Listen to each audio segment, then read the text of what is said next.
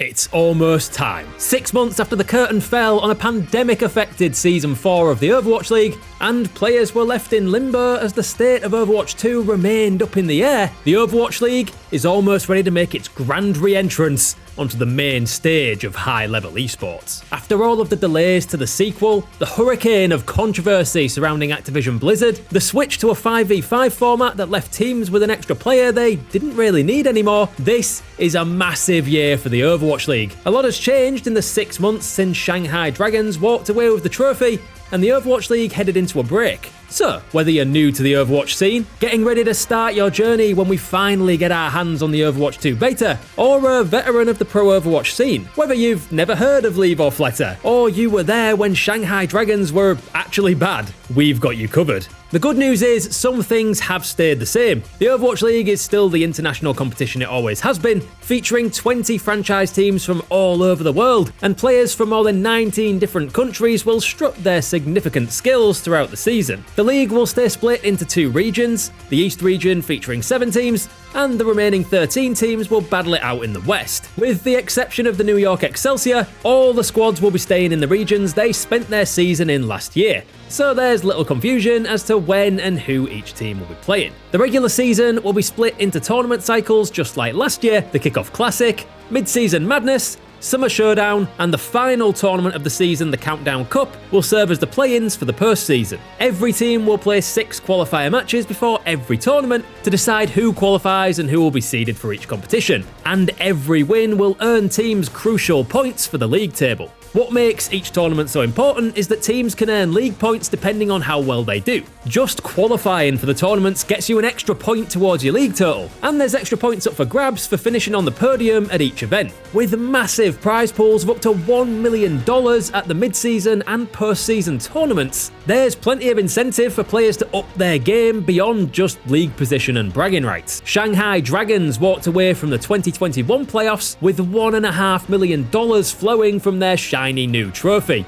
So expect this year's grand prize to go above and beyond even that King's Row ransom. So that's what stayed the same, but what about those huge changes that are promised? Well, after an entire season spent online, Season 5 should finally see the return of a global, live audience event in the Overwatch League. Regular season matches and the regional competitions, the Kickoff Classic and Summer Showdown, will stay as online for now. But the newly introduced Mid-Season Madness tournament and the Countdown Cup will be played in front of a live audience and feature teams and players from across both regions. After so many months apart, Overwatch fans and players will finally get a taste of a packed arena LAN once again, assuming nothing changes in the meantime, of course. The biggest change for the Overwatch League this year, though, obviously, is that everyone will be playing a brand new game in a truly competitive environment for the very first time. After the end of Overwatch League Season 4 left pros facing the prospect of playing a game competitively that they hadn't even had the opportunity to test. Thankfully though, by giving the players access to an alpha build way ahead of time, the stage is set for a chaotic and unpredictable first few weeks as teams truly get to grips with Overwatch 2 in a competitive environment. The switch to a 5v5 format from the OG 6v6 and the removal of one of the tank roles means the meta compositions we used to know and love have been thrown firmly out of the window. We know scrims between the league's teams have been happening, but they're not always representative of what squads are actually planning to do. And if we're honest, when it comes to who is winning and who is losing, we only have the team's word to go on.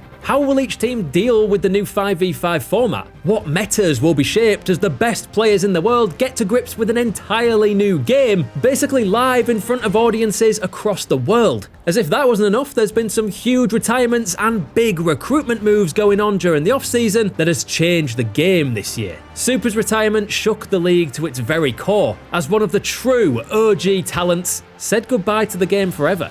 But there are plenty of up-and-comers ready to step up to the mantle and prove themselves in the cauldron of competitive Overwatch 2. Keep an eye out for our picks of the rookies to watch out for coming soon. With so many talented rookies stepping into the arena for the first time, and teams remaining secretive on playstyles and possible meta compositions, the first few weeks of Overwatch League Season 5 have the potential to be the most unpredictable and explosive rounds of pro competitive Overwatch we have ever seen, as we watch a game's pro meta forged in real time. And that's before we even get our hands on the full game for real. Overwatch 2 has been a long Long time coming, but its arrival could herald in a new age of Overwatch League that has the potential to return the game to the top of the esports world, where it belongs. There's only one more question left to ask. Are you ready?